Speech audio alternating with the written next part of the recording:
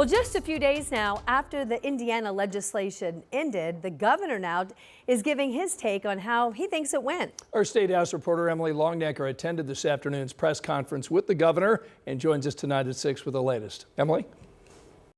Well, one word we kept hearing this entire session when it came to the agendas of both the governor and lawmakers on both sides of the aisle was this word affordability. And today, Governor Braun said energy affordability was the biggest topic this session. The governor applauded the passage of a key bill that addresses the cost of electricity.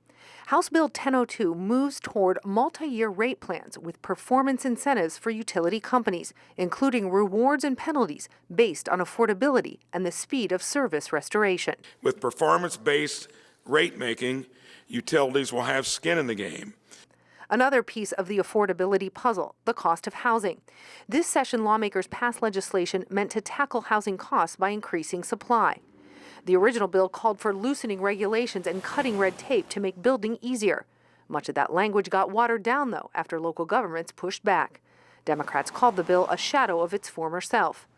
Braun said the key was not to over-legislate, but stress cooperation between local governments and builders. Local governments need to make it simple, not complicated.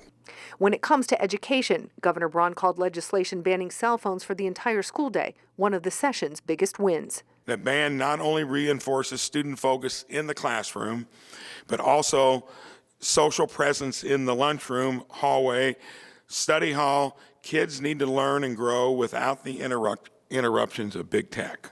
Lawmakers also passed new social media restrictions for minors, a push that became even more prescient after the death of Fisher's teen, Haley Busby. Following Busby's death, the governor called on the General Assembly to do something this session to try and prevent future tragedies. I think it'll be the catalyst for more to come. At the start of the session, Governor Braun called for greater cooperation with federal immigration authorities as a way to improve public safety. Lawmakers passed Senate Bill 76, which expands that cooperation beyond just police in Indiana to city and town governments. Which will make clear that Indiana is not a safe harbor for illegal immigration. Democrats said it was built on fear and suspicion, saying it turned safe spaces like schools into an arm of federal immigration enforcement. The governor also praised legislation that calls for the BMV to work closely with the Department of Homeland Security to revoke the commercial driver's licenses of drivers whose legal status has expired.